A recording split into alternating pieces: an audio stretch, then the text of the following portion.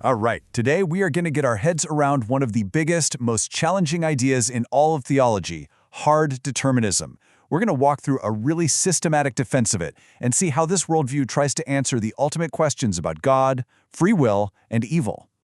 And yeah, we're starting right here, with the big one. I mean, this is the classic question, isn't it? It's called the problem of evil, and it's something people have wrestled with for thousands of years. If God is perfect, how can we live in a world that is so clearly not? This is the exact puzzle that this whole line of thinking is designed to solve. You know, this isn't just some academic thought experiment. It's a deeply felt divine dilemma. And we're about to explore one very specific, and for a lot of people, a very controversial answer to it. Okay, but before we can even begin to understand the solution being offered, we have to know the rules of the game. You got to get the starting point, right? This entire argument is built on two foundational pillars. They're non-negotiable, and they shape every single conclusion that follows. So what are these two pillars? Let's get right into the bedrock of this whole system, because honestly, without these, the entire structure just falls apart. Pillar number one is something called scripturalism. And the core idea here is really simple. The Bible is the ultimate authority. Full stop. To follow this argument, you can't start with your gut feeling or what seems fair to you. Nope. You have to start with what the text says. Our own reason is seen as flawed, so it has to take a back seat to what is revealed. And here's the second pillar, and this one is a real game changer. Ontological determinism. Now, this is where things get fascinating, because it completely reframes the entire conversation. It says that goodness isn't some independent standard that God has to live up to. Instead, God's own being, his essence, is the standard. He doesn't conform to the good, he is the good. And this quote just nails it, doesn't it?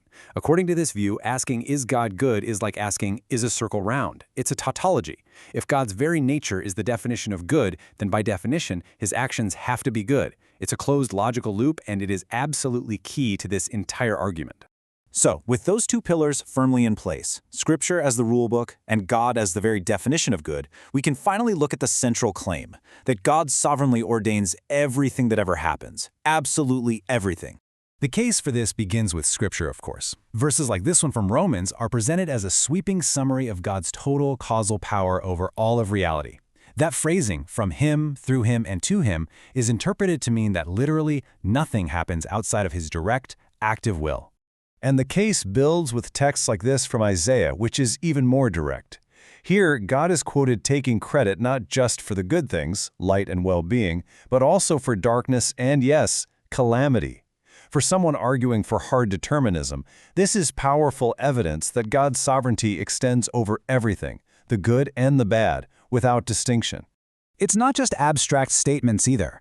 The source material points to narrative examples, and the story of Joseph is a perfect one. I mean, his brothers act out of pure jealousy and malice. They clearly meant it for evil.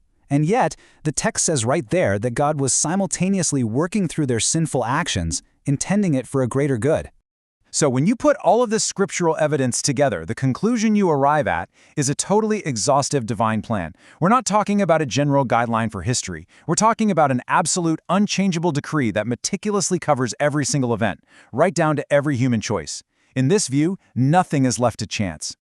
Now, of course, this view of absolute determinism is not the only game in town, not by a long shot.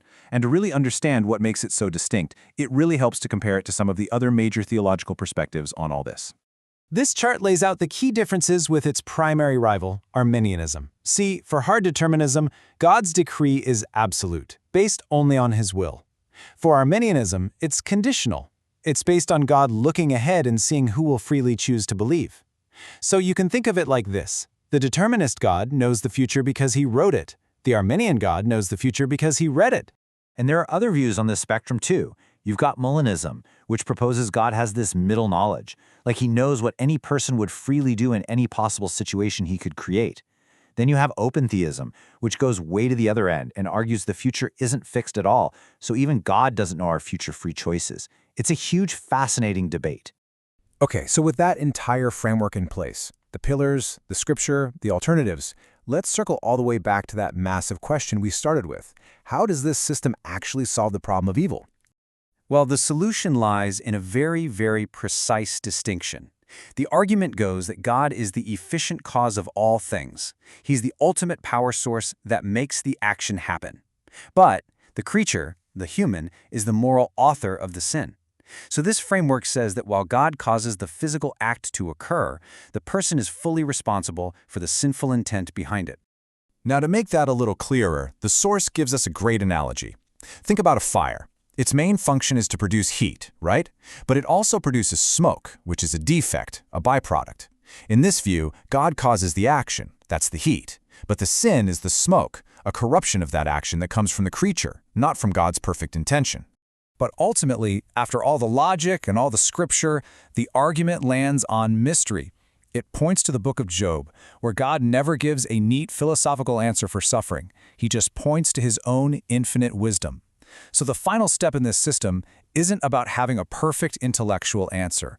It's a call to humbly trust in God's character, even when his plan seems totally incomprehensible. And so we're left with one final provocative question to chew on. If every single event, good and bad, is meticulously planned by a sovereign God for his own purposes, what does that imply about our purpose? What does that mean for why we are here? It's a huge question to think about.